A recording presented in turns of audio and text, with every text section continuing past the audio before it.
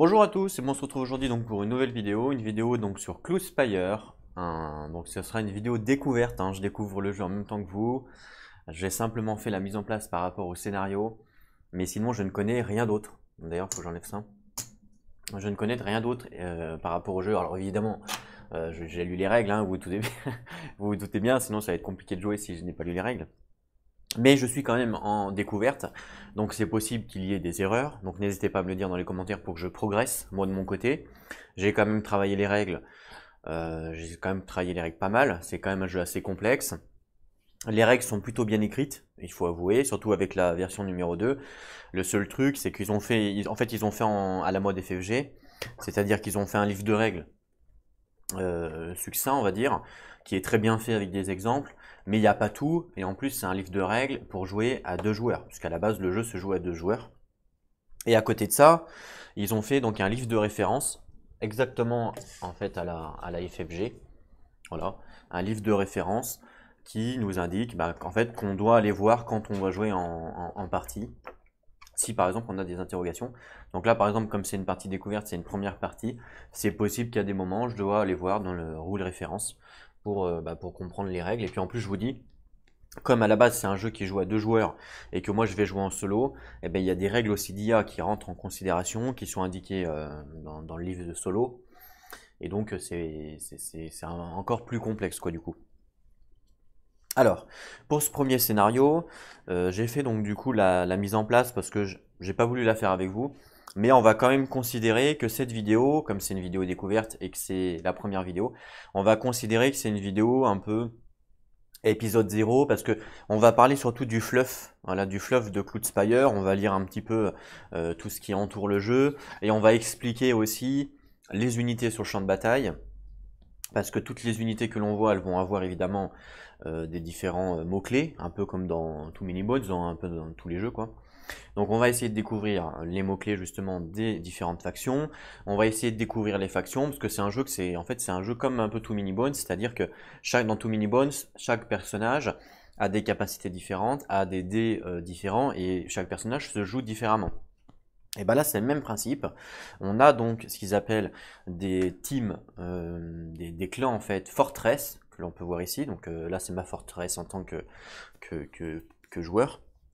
Et chaque fortress, chaque clan en fait, c'est des clans, chaque clan va avoir un gameplay différent. Et donc du coup, il va falloir passer du temps pour lire et comprendre comment se jouent les différentes factions.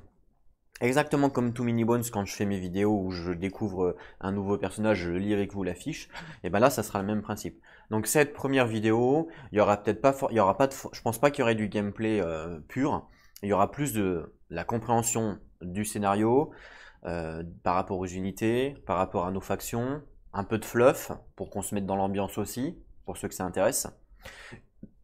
Donc je vous invite, pour ceux qui ne sont pas intéressés par tout ça, je vous invite à passer directement à l'épisode 1, on va dire, parce que je pense que celui-là j'appellerai l'épisode 0, l'épisode 1, où là on commence clairement le jeu à proprement parler, où on lance la game quoi en gros, voilà on lance la game. Par contre vous aurez pas toutes les informations utiles que l'on doit avoir par rapport au scénario, par rapport aux mots-clés, par rapport à tout ça. Voilà, c'est juste une petite précision. Alors, on va commencer par quoi? Parce que y a quand même beaucoup de choses dans le jeu, clairement, il y a énormément de choses. Déjà en termes de visibilité de caméra, j'espère que vous pouvez voir un maximum de choses. Alors j'ai mis ma caméra comme ça pour voir l'ensemble du plateau.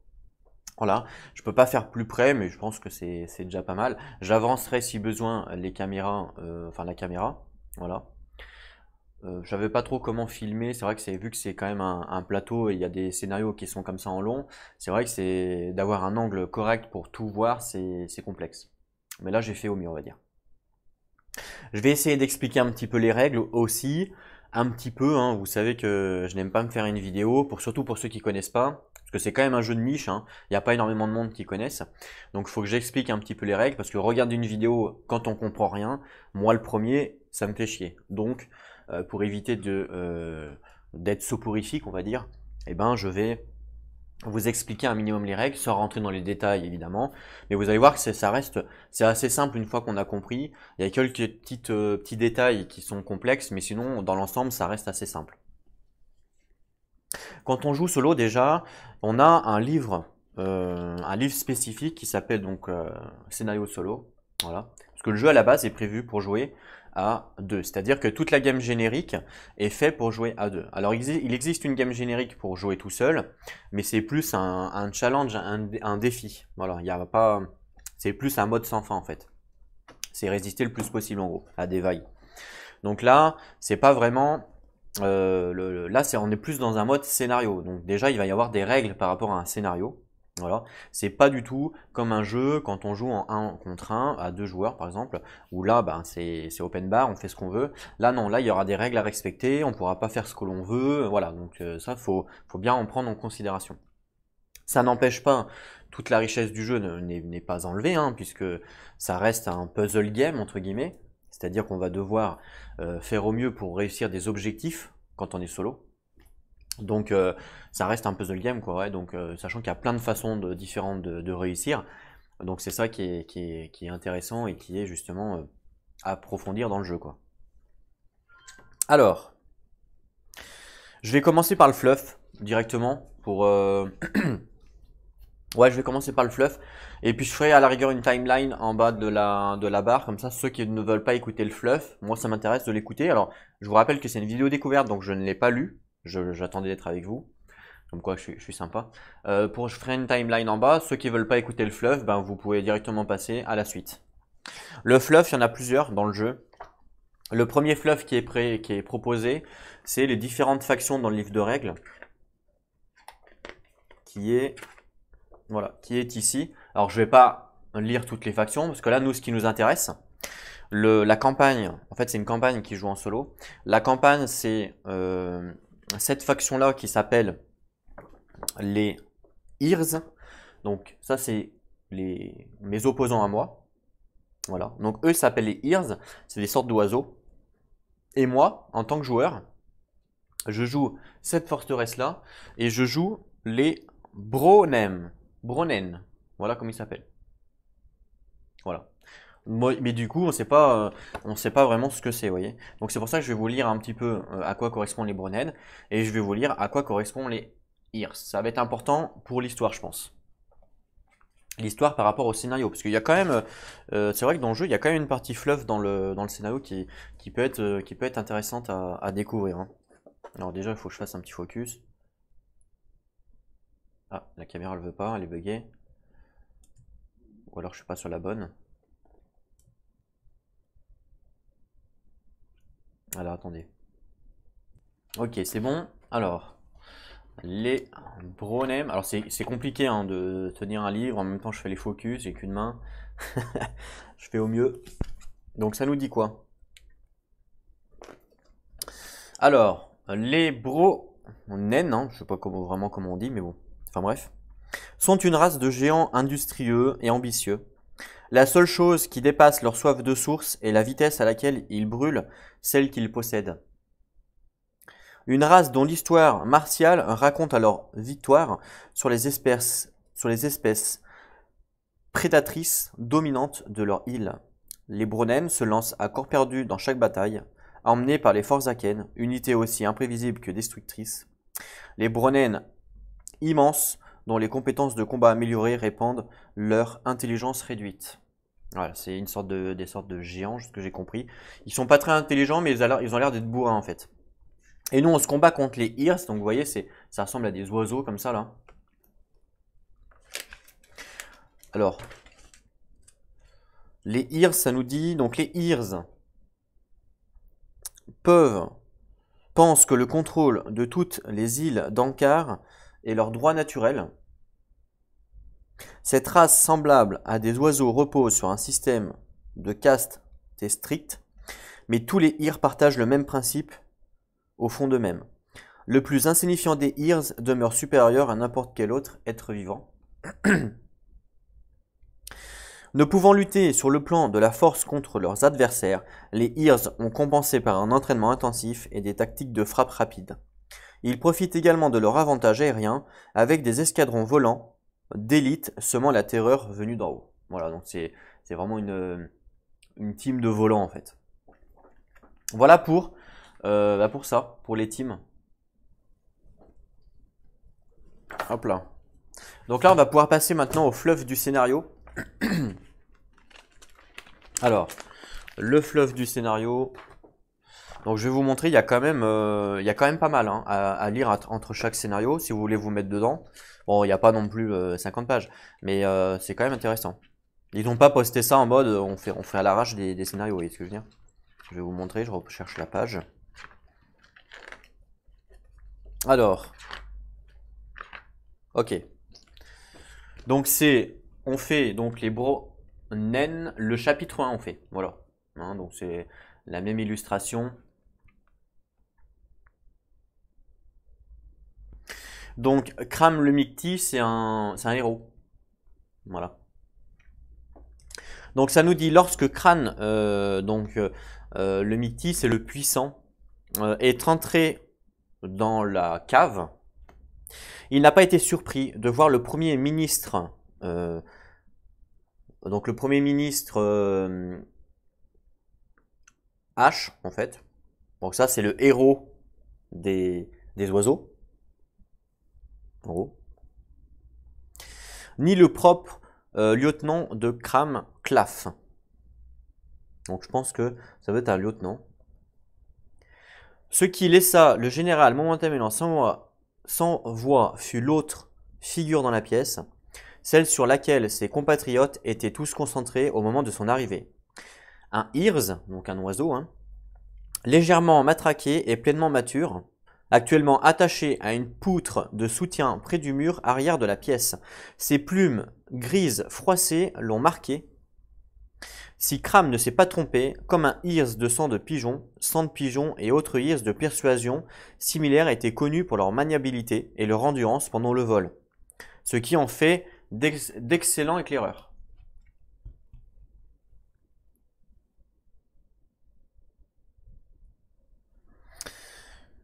Crane savait tout cela d'un coup d'œil, mais cela a pris un moment de plus pour reformuler cette information dans les circonstances qu'il savait qu'elle devait se produire. Un continent de Claf devait avoir abattu un éclaireur hirs volant dans le ciel au-dessus de Trad. Un tel dépistage par l'une ou l'autre race sur la terre de l'autre a été interdite par un traité entre Trad et l'île Hirs de Will. Mais la direction militaire des deux États-nations soupçonnait que l'opposition était engagée dans un subterfuge malgré tout. Crane avait autorisé des incursions secrètes similaires contre les confins de Wills, mais à l'heure actuelle, aucun des espions de son armée n'avait été capturé. Donc vous avez compris, en gros, ils n'ont pas le droit d'aller sur le territoire de l'autre. En gros, c'est ça. Et les oiseaux, ils ont survolé en fait la zone de Crane, là, la zone des Bronen, en mode espionnage, et ils ont réussi à en capturer un. Alors que jusqu'à maintenant, ils en avaient jamais capturé quoi. C'est exactement ce dont nous avons besoin pour justifier de nouvelles actions contre les Hirs, murmura Hoche. Donc Hoche, c'est lui en fait, c'est un héros de la faction des Bronen. Hoche.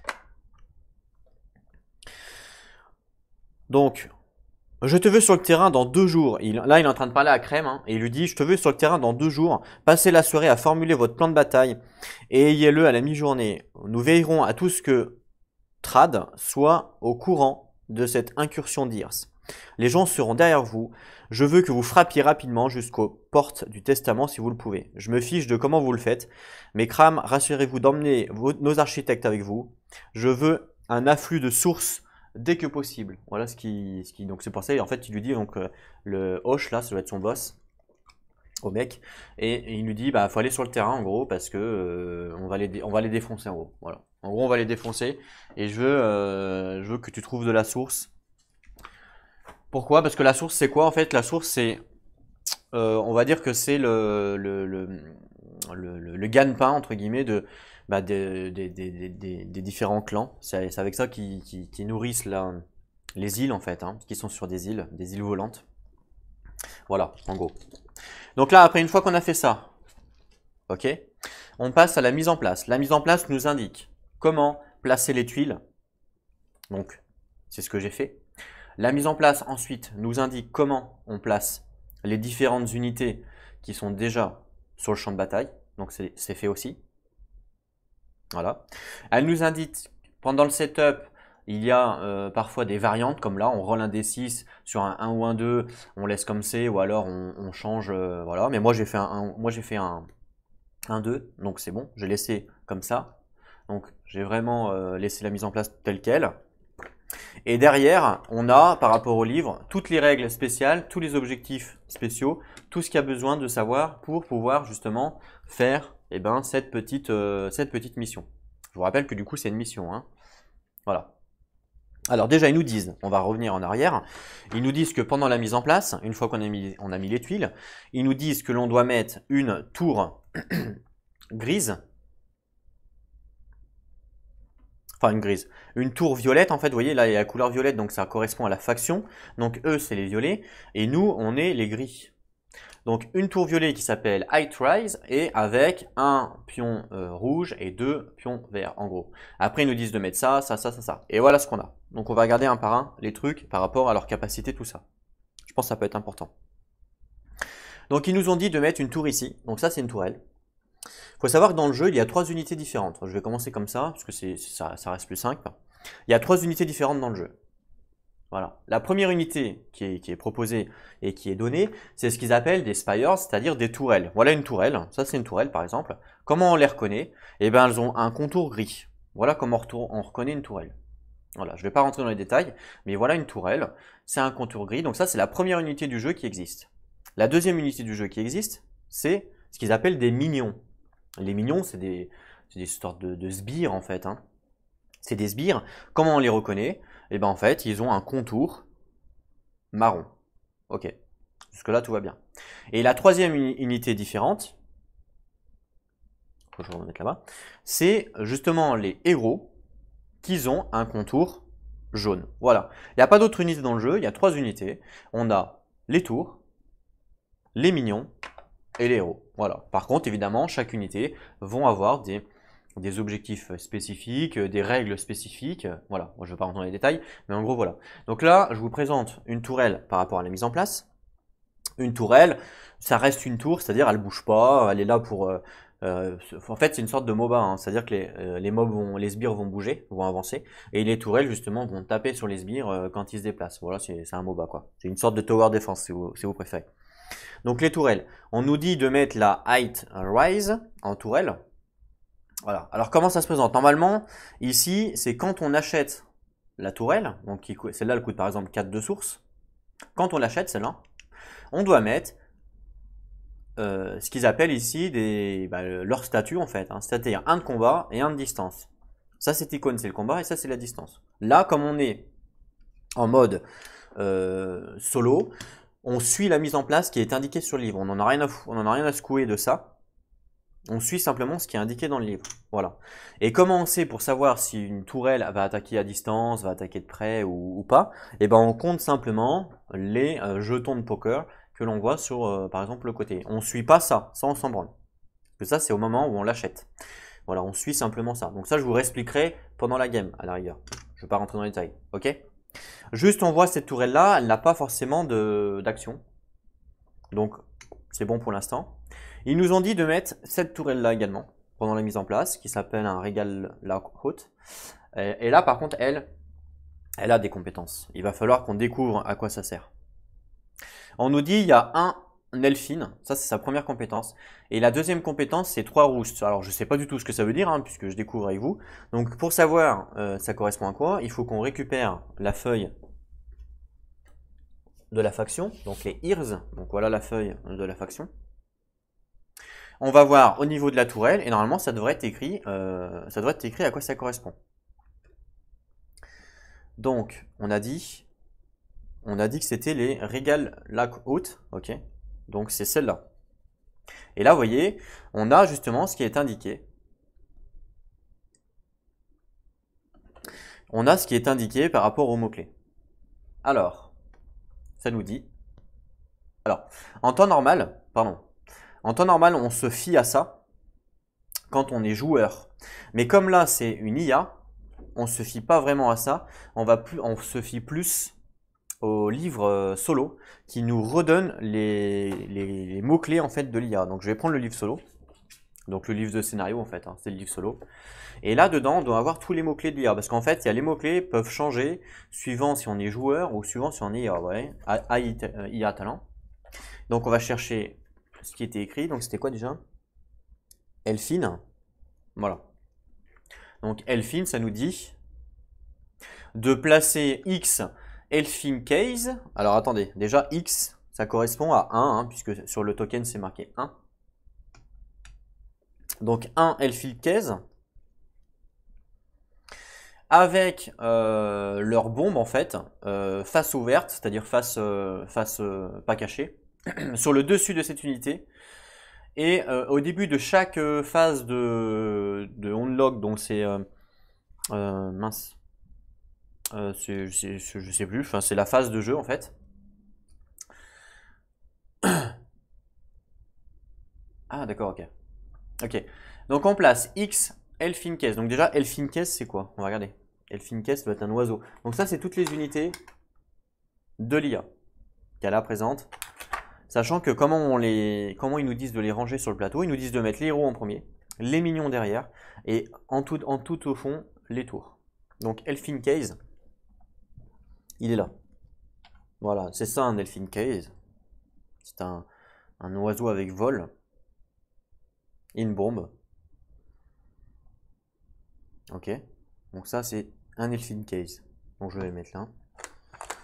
Donc ils nous disent. Alors, ils nous disent de placer donc un Elfin Case avec la phase Glide Bomb, parce que de l'autre côté il n'y a pas de Glide Bond. Donc avec la phase Glide Bond sur le haut, c'est ce qu'ils nous disent. Au-dessus de cette unité ou la tourelle, au début de chaque phase, Unslog c'est assaut, au début de chaque phase d'assaut, ou quand cette unité est activée, avant que cette unité soit activée. Enfin non. Donc pendant la phase d'assaut, on va devoir prendre cette unité et la placer au-dessus. Alors, elle a 1 PV, donc je pense qu'il va falloir lui mettre. Et je pense que vous voyez, Glad Bomb, là, il doit y avoir quelque chose par rapport à ça. Donc il va falloir qu'on lise après. On va d'abord finir ça. Donc pendant la phase d'assaut, pour l'instant on n'est pas en phase d'assaut, donc je vais la mettre ici. Je vais lui mettre 1 PV. Je la prépare en fait, comme ça je ne vais pas oublier. Ensuite on nous dit 3 roosts en dessous. Donc 3 roosts sur cette unité, je ne sais pas ce que c'est. Alors roost. Alors.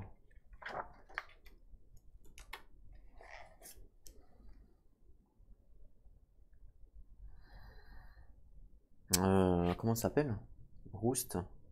Il y a Roost RAM, mais ça va pas être ça. Si c'est ça. Ah, ça doit être ça alors. Je pense que ça doit être ça, faites voir sur la feuille. Alors, c'est quoi l'unité? Un Regal Lockout. Ah oui, d'accord. Parce que là, c'est marqué Roost RAM, je sais pas si c'est ça.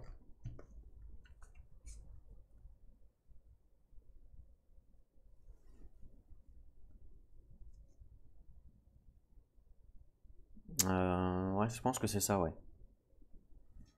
Cette unité ne peut pas attaquer. Je pense que c'est ça, hein. Parce que de toute façon, en R, en Roost, en R, il n'y a rien du tout. Enfin, il n'y a pas d'autre, quoi. Il n'y a que Routen, mais c'est pas ça. Run, il n'y a que Roost. Roost RAM, je pense que c'est ça. Donc ça nous dit quoi? Alors non, c'est pas ça du tout. En fait, c'est pas Roost RAM parce que Roost RAM, c'est lui qui l'a là. Le Elfin Case, il a Roost RAM, vous voyez. Donc en fait, c'est Roost tout court, donc c'est pas du tout le même mot-clé. Ah tiens, je suis plus en focus. C'est pas du tout le même mot-clé, donc on va regarder sur la fiche de. Parce que là, il n'y a pas là. Il n'y a pas ici Roost, donc je pense que ça doit être sur la fiche de l'IA. Enfin, la fiche de faction. Alors, Roost. Le nombre de Elfin Case qui peuvent partager ces textes avec justement la tour avant de bouger. Ah d'accord, ok. En fait, c'est un perchoir, en gros. C'est un perchoir, tout simplement. Donc oui, c'est simplement un perchoir. Il y a trois oiseaux qui peuvent être dessus. Voilà, c'est des perchoirs, on voit en plus là au niveau du truc. Et quand ils se barrent du perchoir, ils récupèrent leur stade de mouvement normal. Ok, bon bah ça on a compris du coup. Donc là on a compris le rousse c'est un perchoir. Pour l'instant je pense qu'il n'y en a qu'un, il n'y en a pas d'autres des rousses, donc voilà. Mais peut-être que quand on joue cette faction, quand on la joue en tant que joueur, on peut peut-être déplacer nos oiseaux de nid en nid. Donc vous voyez que ça joue vraiment différemment entre chaque faction, hein. C'est ça qui est vraiment sympa. Et ici on a un minaret. Un minaret avec air défense. Bon, je vais quand même lire le mot-clé, mais je pense que air défense, ça veut clairement dire qu'ils peuvent attaquer des unités qui volent. Ça me paraît logique. Même sans lire, je pense que c'est ça. On va quand même regarder. Donc air défense. Au niveau de l'IA. Alors, est-ce qu'il y est? Oui, il y est, air défense. Ah bah voilà. Cette unité où cette tour peut attaquer des unités avec le vol. Les tourelles ont la priorité quand ils attaquent des unités avec le vol, s'il y a des multiples targets possibles, donc s'il y a des multiples cibles possibles, qui ont le même priorité level. Donc c'est bien ce que je disais, c'est qu'ils peuvent attaquer des unités volantes. Mais moi, avec ma faction, je crois pas que j'ai des unités volantes. Mais bon, c'est bien de le savoir. Et la dernière tourelle ici, il n'y a pas de mots-clés. Donc là maintenant, on va regarder l'oiseau, parce que l'oiseau il va arriver pendant la phase d'assaut. Donc il a flying, ça veut dire qu'il vole. Donc on va quand même regarder ça veut dire quoi, parce qu'on ne sait pas. Donc ça veut dire quoi voler? Donc flying, je regarde sur le livre. Flying. Cette unité peut seulement être attaquée par des unités ou des tourelles avec air défense ou le vol justement. Les autres unités peuvent... ok, d'accord. D'accord, donc les autres unités peuvent la déplacer. Ok, ok. Bon, bah, ok, hein. Donc là, le vol, ok. Donc ça veut dire que elle, enfin cet oiseau-là, hein, qui est tout mignon d'ailleurs, on ne peut pas le cibler, sauf si on a vol ou air défense. D'accord? On a Precious. Alors je sais pas si c'est avec Rosterworm, Precious Rosterworm, mais je pense pas. Je pense que c'est juste Precious. On va regarder un petit peu, ça correspond à quoi. Donc Precious. Donc ouais, c'est un peu long en termes de démarrage, mais on est obligé de le faire, hein. Sinon c'est compliqué de jouer correctement si on connaît pas les mots-clés, si on découvre. Voilà. Une fois qu'on a découvert, qu'on l'a déjà fait une fois le scénario, ça, je pense que ça va quand même un peu plus vite. Mais c'est vrai qu'au premier abord, on est obligé de tout bien regarder comme ça, il n'y a pas de secret, hein, c'est clair. Alors, Precious. Si les Elfin Case sont les seuls minions du type en jeu, sur les seuls minions type en jeu, la wave end, c'est-à-dire la wave prend fin. S'il reste plus que cet oiseau-là en tant que minion, la wave prend fin. On remet donc les Fincase, en fait ils retournent dans la faction Barracks. Et en fait la faction Barracks c'est le truc que je vous ai montré tout à l'heure, c'est ça là. Voilà. Voilà. Parce qu'en fait, il faut savoir qu'une wave s'arrête quand il n'y a plus d'unité sur le champ de bataille. Quand on dit unité, c'est bien les minions ou les héros. C'est pas les tourelles. Je crois pas d'ailleurs. Donc s'il reste que des tourelles, c'est juste les minions en fait, je crois. Enfin non, c'est même les héros, il me semble. C'est les deux en fait, les minions et les héros. Ouais, c'est ça, c'est quand il n'y a plus de minions en jeu qu'on fait la fin de la wave. Alors, ensuite, il avait un autre mot-clé, c'était justement Roosterworm, justement, qu'on n'a pas vu. Et on n'a pas vu Clyde Bomb. On n'a pas vu ça non plus. Donc on va regarder ça. Alors, Roosterworm, c'est où ça? On l'a vu tout à l'heure. Alors, hop, non. Roosterworm, c'est ici. D'accord. Donc,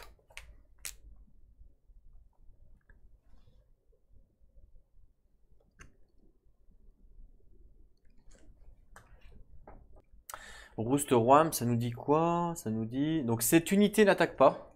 Ok. Son mouvement stat est le Roost Value. Sa statistique de mouvement est la valeur de Roost du jeton avec lequel il a récemment partagé un hexagone. Donc, Ça doit être, bah, ça doit être ça. 3 roustes. Donc c'est ça son mouvement. Alors tout à l'heure, il nous disait que justement, alors c'était où qu'il nous disait là? C'était où qu'il nous disait que son mouvement redevenait normal, hein. C'était le... C'était le rousse, non? Je sais plus. Quand je regarde sur la fiche. Oui, c'est ça, c'était le rousse, ouais. Oui, c'est ça, voilà, ok, c'est ce qu'il nous disait. Tout à l'heure, c'est ce qu'il nous disait, c'était que la valeur de déplacement devient en fait ce qui est indiqué ici. 3 roustes, ça devient la valeur de déplacement.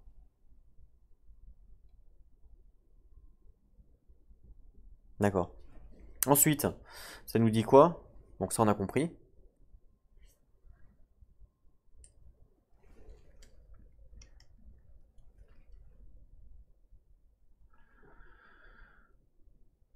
Alors, il utilisera n'importe quelle quantité de son mouvement pour être adjacent à un héros adverse. D'accord? Sinon, il ne bouge pas de son perchoir. Ouais. Si cette unité a plusieurs hexagones dans lesquels elle peut se déplacer, elle se déplacera vers l'hexagone qui est adjacent à autant d'unités adverses que possible. Si cette unité commence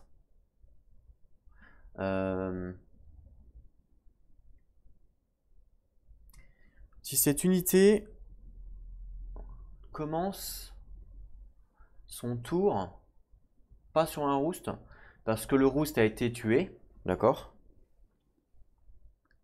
Elle se déplacera à côté d'un héros adverse si possible.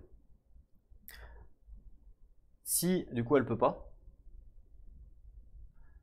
elle va bouger au plus proche minion ou au plus proche serviteur. Enfin, au plus proche tourelle.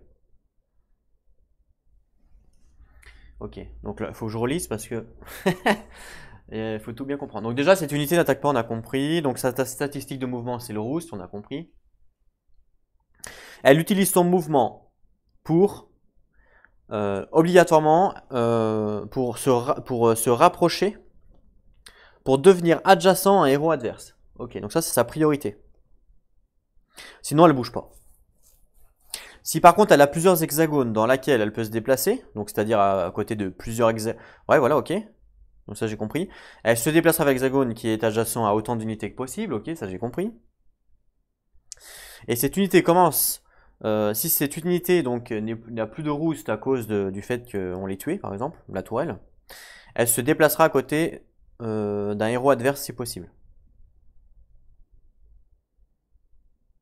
D'accord. C'est un peu bizarre ça en fait.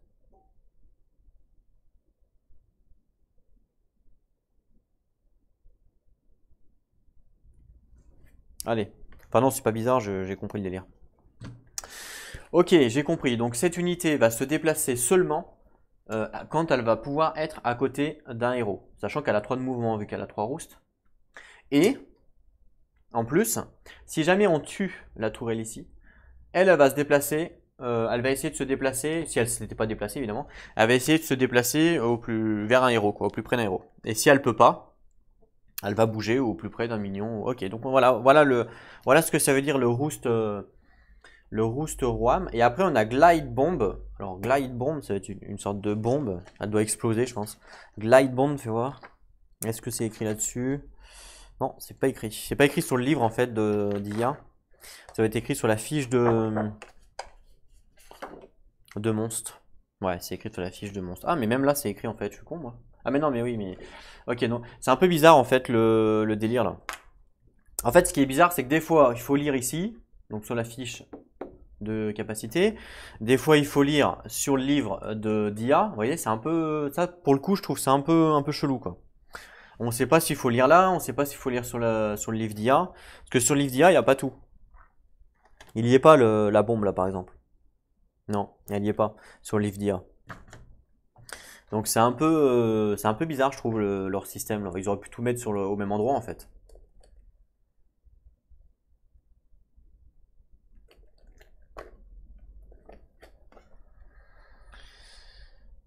Ah, ok, d'accord, il y a un symbole. Il y a un symbole pour nous prévenir, je crois. Non, bah non.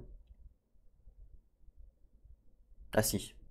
Ils nous disent que les talents qui sont marqués avec ce symbole-là, ils sont différents que ceux des joueurs. Donc c'est pour ça en fait qu'il faut regarder. D'accord, ok. Ouais, donc en fait c'est ça le délire, c'est quand il y a un symbole comme ça veut dire que ce n'est pas la même. Alors est-ce que du coup on a l'information ici? Non, l'information ici, j'ai pas l'impression qu'elle soit présente, hein. Non, on l'a pas. C'est dommage, parce que du coup, si j'avais l'information que c'était pas le même talent, avec la petite icône, et ben, bah comme ça me permet de regarder dans le livre. Alors que là, je dois regarder dans le livre, et si je vois qu'il n'y a pas, ouais, c'est un peu, on doit chercher deux fois en fait, c'est un peu dommage. C'est pas très grave, mais c'est un peu dommage, quoi. Comme là, Glide Bomb, je savais pas s'il était dans le livre ou pas. Donc j'ai dû d'abord chercher dans le livre. Quand j'ai vu qu'il n'était pas dans le livre, là, je regarde sur la fiche. Mais ouais, c'est un peu dommage. Ils auraient pu nous dire, ils auraient pu directement sur cette fiche-là nous marquer si fallait regarder le livre ou pas. Voilà, c'est ça le délire, quoi. Alors, donc ça nous dit quoi du coup Glide Bomb? Parce que là en plus là on a le roster WAM ici. Est-ce qu'il a une icône le roster WAM pour voir si c'est le même? Alors attendez, je vais regarder sur le livre d'IA. Ah ouais, il a une icône, donc ce n'est pas le même. Voilà par exemple. Donc le roster WAM par rapport au personnage. Le roster WAM ici, on voit qu'il y a une icône, donc ça veut dire que ça correspond bien à l'IA, ce qu'on vient de lire.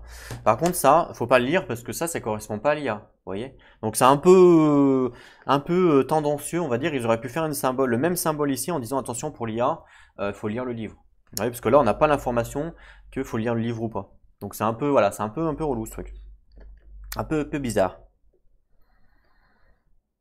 Alors du coup, Glide Bomb. Donc là, on va lire, ça nous dit quoi? Donc, après ou à la place que cette unité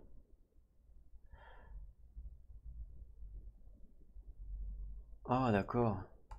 Ok, j'ai compris.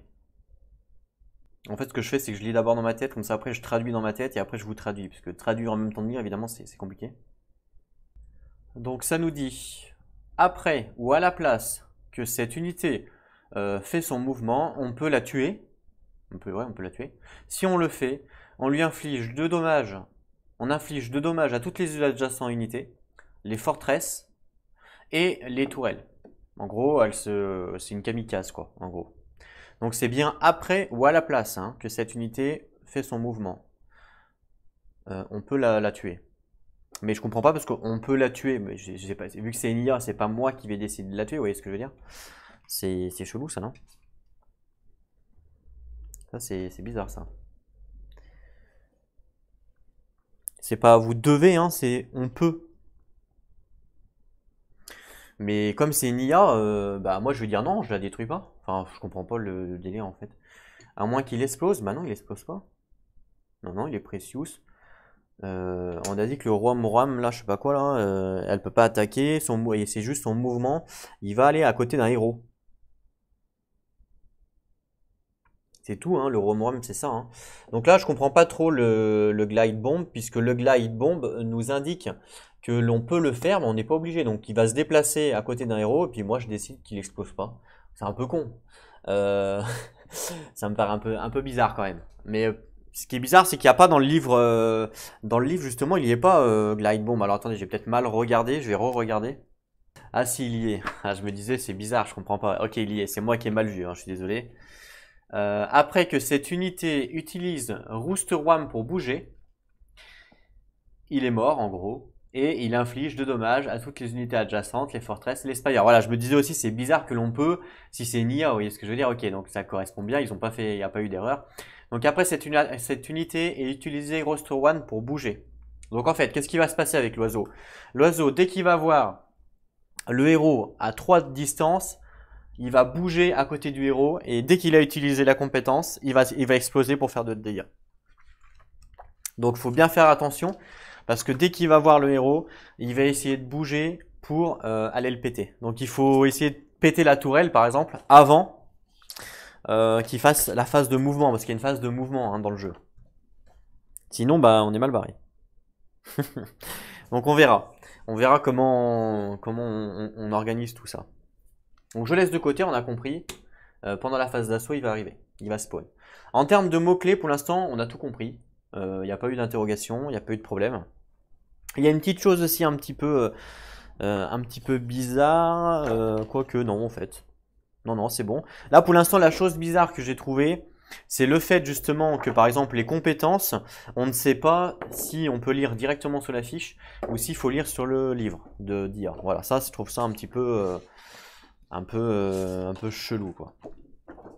Après, c'est pareil, j'ai posé la question, savoir si l'IA devait prendre en considération ce qui est marqué ici par rapport aux règles. On m'a dit que non, donc bah, je le fais pas.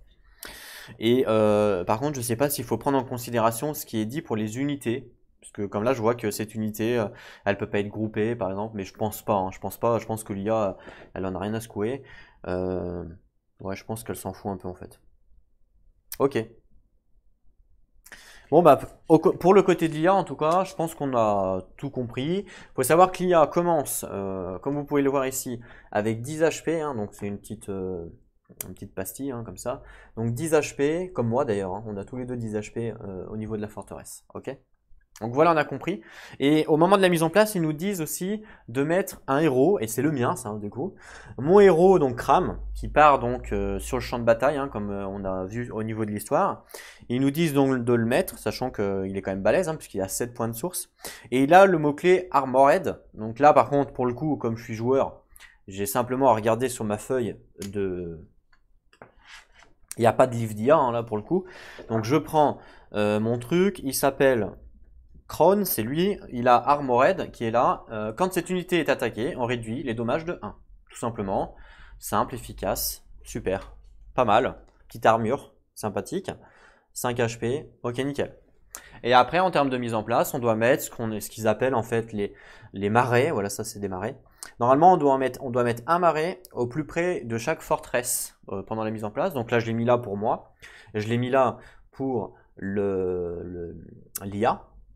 Parce que c'est le plus près en fait, c'est la plus près source d'énergie. En fait, il faut savoir que sur le champ de bataille, comment on voit le champ de bataille. Ici, c'est ce qu'on appelle des routes. Ici, c'est ce qu'on appelle des plaines. Ici, c'est ce qu'on appelle des forêts. Ça, c'est une forêt. Et ici, donc là, les cailloux, c'est ce qu'on appelle les montagnes. Voilà, en gros. Et ça, c'est de l'eau. Voilà, donc rien de plus simple, hein, voilà. Et ici, vous voyez, il y a un petit point bleu. Le petit point bleu, c'est ce qu'on appelle une zone de source, en fait. C'est là où on va pouvoir construire nos tourelles. S'il n'y a pas de zone de source, on ne peut pas construire nos tourelles.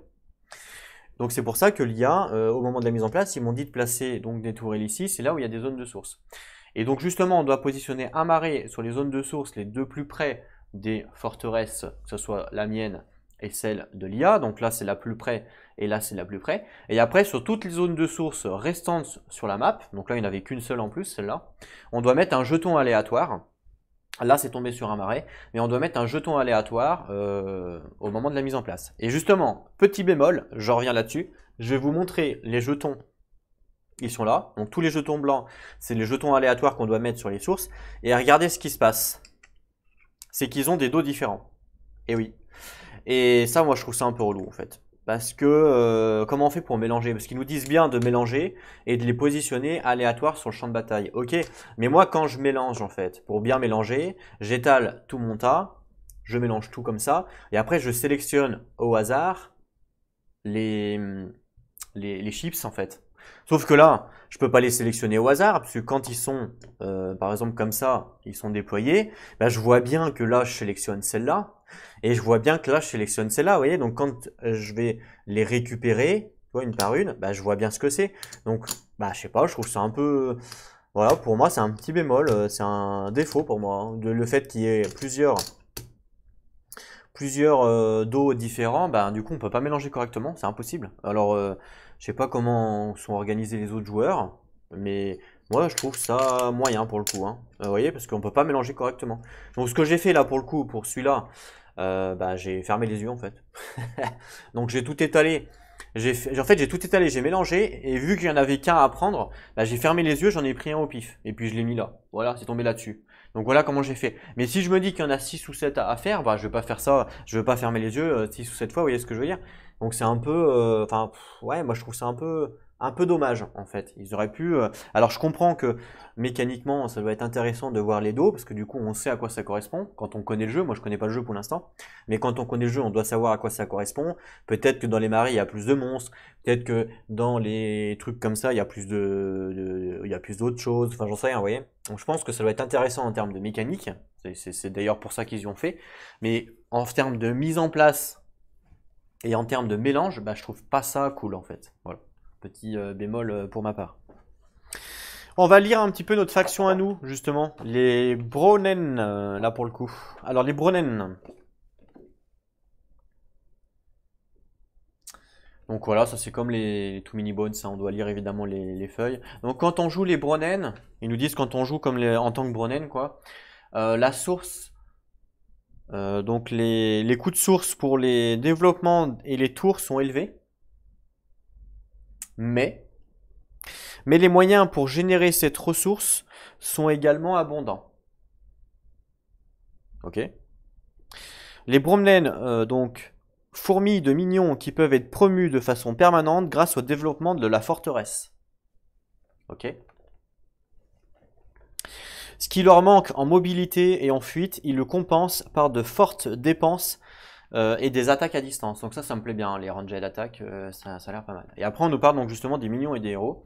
Et ils nous disent que les Broen minions sont promoted, donc sont upgrade en améliorant la forteresse, en gros.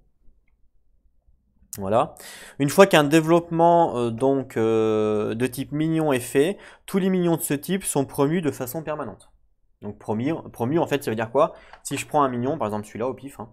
Donc celui-là ça c'est phase standard, et quand il est promu on le retourne, et là il y a une petite étoile, et il y a une petite étoile ici, ça veut dire en fait qu'il est promu.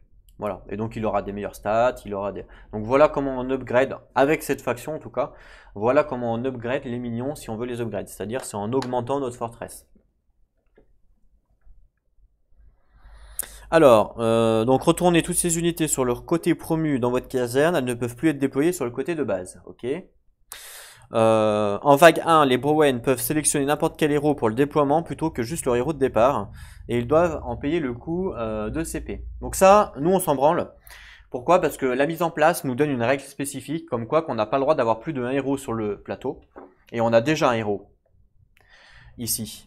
Donc du coup, je ne peux pas en avoir d'autres. Voilà, donc ça c'est spécifique à mon scénario qui est plus forte en termes de règles que ce qui est indiqué là. Mais en temps normal, si on joue avec un autre joueur, par exemple à 2, pendant la wave 1, en temps normal, en fait, il y a toujours toutes les factions ont 3 héros et elles ont toujours un héros gratuit. Donc par exemple, celui-là, il a 0 de coup de source, donc c'est un héros gratuit. Donc c'est celui-là qu'on va déployer wave 1 généralement. Et ben les Browen, eux, peuvent déployer un autre héros que celui-là, mais par contre, il faut payer les coûts quoi. Les Spires, qu'est-ce qu'ils nous disent? Ils nous disent qu'au début, on commence avec les plateformes de Drilling Output Spires, donc ça c'est les tourelles standards en fait. Par contre, quand on augmente le Smelter 1, on a le droit, on gagne en fait la construction de faire des Siege Towers et des Launcher Spire. Quand on fait l'upgrade Smelter 1, donc Smelter 1 elle est là. Voilà. Ça c'est toutes les upgrades de notre forteresse. Donc par exemple on a la compétence Source Drill, la compétence Stronghold, la compétence Assembly. Et par exemple, Source Drill, si je paye 3 en coût de source, ça me donne cette compétence-là. Donc je gagne plus 3 de source durant chaque phase d'income, par exemple. Si je débloque cette compétence-là. Donc voilà. Donc ça peut être intéressant. Voilà, donc ça, bon, je vais pas lire toutes les compétences, hein, il faut les découvrir quand on va jouer. Et derrière, on a toutes les unités. Et là, on a vu donc Kram hein, qui a Armored. Donc voilà pour notre faction. Et on va lire maintenant les règles spéciales du scénario. Alors, vous avez vu, hein, c'est long. Hein. C'est long parce qu'il faut prendre son temps. C'est un jeu. Pour bien comprendre, il faut prendre son temps, il faut lire tout ce qu'il y a à lire au niveau de la mise en place, au niveau des mots-clés et tout. Si je commence à me lancer comme ça, sans savoir, sans lire les mots-clés et sans savoir que l'oiseau il va se déplacer à 3 cases de mon héros, par exemple, bah on peut pas jouer correctement, on est obligé de faire des erreurs. Donc c'est pour ça que ça demande un temps de préparation, ça demande un investissement. C'est pas un jeu, surtout quand on joue solo. Quand on joue en multi, chacun a sa forteresse, ça va. Mais c'est vrai que ça demande un investissement temps en temps temps en temps de découverte, quoi, en gros. Mais bon, moi j'aime bien. Après, voilà, je comprends que ça peut embêter de regarder une vidéo de 50 minutes sans avoir joué un seul tour de jeu. Sans avoir joué un seul tour de jeu, je comprends que ça peut embêter, hein, je vous l'accorde. Mais c'est pour ça que je vous ai dit que pour ceux qui ne s'intéressaient pas, aller directement à la phase enfin à l'épisode 1, on va dire, là où on va jouer, quoi, directement. Donc alors, qu'est-ce qu'ils nous disent ici? Donc là, on a fait la mise en place. Non, pardon, je me suis trompé de scénario. Je me disais, c'est bizarre, mais ils m'ont pas dit ça. Voilà, celui-là. Donc là, on fait la mise en place. On voit qu'il y a 4 waves maximum, que nos opposants sont les ears. Ça, c'est fait, ça, c'est fait, ça, c'est fait. Et maintenant, on va tourner la page pour connaître les règles spéciales, justement, du scénario et les objectifs. Les objectifs, c'est ce que l'on doit faire pour gagner, hein. Quand on est en mode solo, on doit faire des objectifs pour gagner. Ils nous disent qu'on doit compléter n'importe quel objectif. À chaque fois qu'on complète un objectif, en gros, on gagne un point de renommée. Ça, c'est ce qu'ils appellent la renommée. Le premier objectif qu'ils nous proposent, c'est tous les minarets, donc toutes les tours minarets, sont tués à la fin de la wave 4. Pour le moment, il n'y en a qu'une seule. Elle est là, la minaret, hein, la minaret tourelle, hein, c'est celle-là, minaret tourelle. Pour le moment, il n'y en a qu'une. Donc c'est celle-là qu'il faut tuer. Donc jusqu'à la fin de la wave 4, il faut que celle-là on arrive à la tuer. Ça c'est notre premier objectif. Si on arrive à tuer toutes les tourelles minarets, peut-être que eux ils vont en replacer, hein, d'ici là, j'en sais rien. Mais s'ils en replacent, bah faudra qu'on arrive à toutes les tuer. Ça c'est notre premier objectif. Et si on arrive à le faire, on gagne un point de renommée. Sachant que, pardon, sachant que pour gagner la game, il faut au minimum faire un objectif, obligatoirement. Si on fait 0 objectif, bah c'est game over. Le deuxième objectif qu'il nous propose, toutes les tourelles sont tombées, en fait sont mortes à la fin de la wave 4. Donc là, on parle plus seulement des minarets, mais toutes les tourelles présentes sur le champ de bataille sont mortes. Et si on arrive à toutes les tuer, eh ben on gagne cet objectif. On gagne ce deuxième objectif. Voilà. C'est possible, on a le droit de faire les deux. On peut faire les deux, on gagne 2 points de renommée. Mais évidemment, plus on va avancer pour avoir plus on va faire d'objectifs, plus ça va être dur. Et le dernier objectif, l'objectif ultimate, on tue la forteresse Gate et on nous dit que, attention, si on le fait, le scénario se termine immédiatement. C'est-à-dire que là, la forteresse Gate, donc c'est ça, hein, c'est la forteresse ennemie qui est là, qui est à 10 HP. Si on arrive à la tuer, si on la passe à 0, automatiquement la game se termine et on a remporté le scénario. Voilà. Mais en toute honnêteté, ça m'étonnerait que ça va arriver sur la première game. Comment on perd? On perd si notre héros est mort. Vous voyez? Donc attention, il faut le sauver.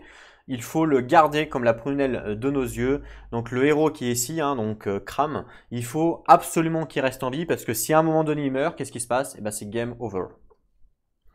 Les scénarios rules, justement, ça nous dit quoi? Ça nous dit que Cram, il peut être le seul héros que les Brethren peuvent avoir en jeu. Voilà, donc je ne peux pas remettre un autre héros en jeu parce que la scénario rules me l'interdit. Voilà, c'est pour ça que je vous ai dit tout à l'heure que le scénario c'était pour. Les rules de l'AI, le Darb c'est un héros des oiseaux, voilà, c'est lui. Voilà. Ils nous disent qu'en fait, ils le mettent dans la forteresse pendant la mise en place, mais il est considéré comme hors du jeu jusqu'à ce qu'il soit déployé en Wave 3. Parce que, en fait, pendant la mise en place, je vais vous montrer, mais pendant la mise en place, voilà ici, le petit F qui est là, le F, il nous dit que l'on met Darbs avec c'est ça en upgrade, en gros, mais ils nous disent de le mettre dans la forteresse, alors que normalement, dans la forteresse, on ne met pas d'unité. C'est du jamais vu, quoi, en gros. Donc, normalement, il vient là. Mais il est considéré comme hors-jeu jusqu'à ce qu'il soit déployé pendant la Wave 3. Donc moi, pour l'instant, je l'ai mis hors-jeu, parce qu'il est hors-jeu. Je le mets ici, jusqu'à ce qu'il soit déployé pour la Wave 3. Voilà. Donc ça, c'était pour les rules. Et les marques, en fait, c'est les focus, en gros. Voilà. En gros, dans le jeu, comme c'est un jeu qui joue en multi, on doit toujours donner le focus pour nos minions. Parce que vous savez qu'en fait, les minions, ils ont un système de déplacement automatique, les sbires en fait. Comme quand vous jouez par exemple à League of Legends, un jeu vidéo, et ben les minions, automatiquement, ils suivent un chemin, automatique, hein, ils suivent un chemin pour aller en face. Voilà. Donc quand on joue à deux, c'est facile, puisque là, en temps normal, hein, quand on joue à deux, c'est facile, puisque la marque donc de E, par exemple, bah, ça va être E. Donc les minions vont automatiquement aller ici à la forteresse, et la marque de E vont aller automatiquement là-bas au niveau de la forteresse. Mais là, comme on joue avec un scénario, c'est possible que les marques, les focus, soient différents suivant les héros, suivant tout ça. Donc ça, c'est ce qu'on va voir. Et il nous donne un chips de poker qui représente justement les factions. Donc voilà, par exemple, pour la faction des oiseaux. Ce qui fait que quand on joue par exemple à 3 joueurs, si on définit notre marque, parce qu'on n'est pas obligé de... Par exemple à 3 joueurs, on va être tous l'un contre l'autre par exemple. Ben moi par exemple, je sais pas s'il y a un joueur ici, on imagine qu'ici il y a l'oiseau, et que ici il y a lui par exemple, je sais pas, j'ai une bêtise, et ben je vais pas, lui par exemple, je vais peut-être annoncer en tant que focus ou ma marque, je vais dire bah moi je cible l'oiseau, donc je vais prendre son chips de poker, je vais le prendre pour me rappeler que c'est lui que j'ai annoncé. Parce qu'il faut l'annoncer avant que la wave commence. Enfin, il y a un moment où il faut l'annoncer. Voilà. Et peut-être que quelqu'un va m'annoncer moi. Donc peut-être que lui va dire, bah moi je te cible toi. Donc il va prendre mon chips de poker pour dire, bah voilà, moi j'ai annoncé lui. Et peut-être que le troisième qui est là-bas, il va annoncer quelqu'un d'autre. Vous voyez ce que je veux dire? Donc quand on joue à deux comme ça, c'est facile.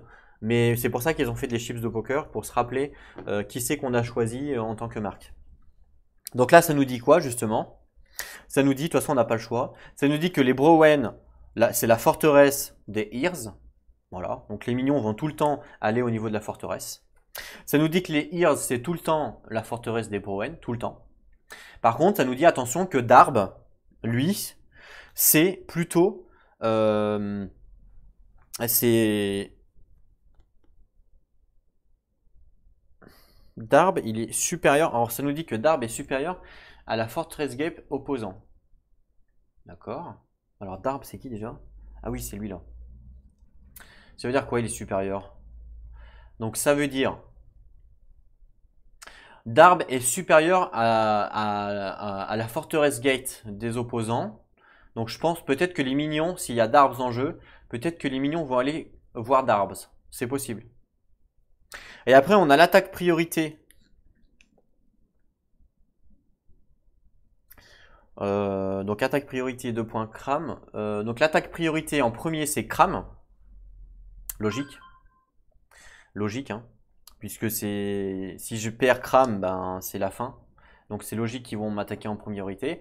Après ils vont attaquer la forteresse et après ils vont attaquer les factions minions. Donc ça c'est l'attaque priorité par rapport au scénario. Et le leveling, ça c'est quand on a des upgrades en fait par rapport aux unités. On voit que on ignore toutes les upgrades capacités. Donc il n'y a personne qui va pouvoir upgrade. Enfin, du côté de l'IA, hein. Moi je pense que je vais pouvoir upgrade quand même. Voilà. Ok, j'ai re-regardé, j'ai compris puisque je comprenais pas. En fait, les Browen, donc on cible la forteresse, pareil pour les Ears, mais par contre le Darb, lui, il va cibler le Cram par rapport à la forteresse. Donc sa priorité, ça va être le Cram pour le Darbs.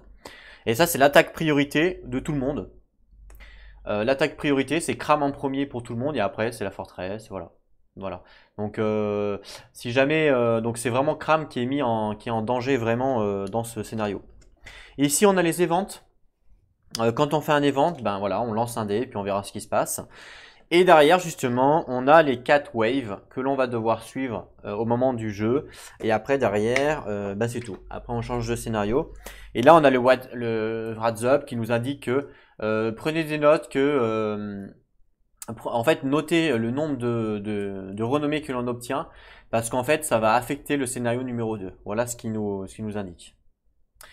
Voilà du coup pour la mise en place, et puis la compréhension des règles de la mise en place, parce que je pense que c'était important de le faire.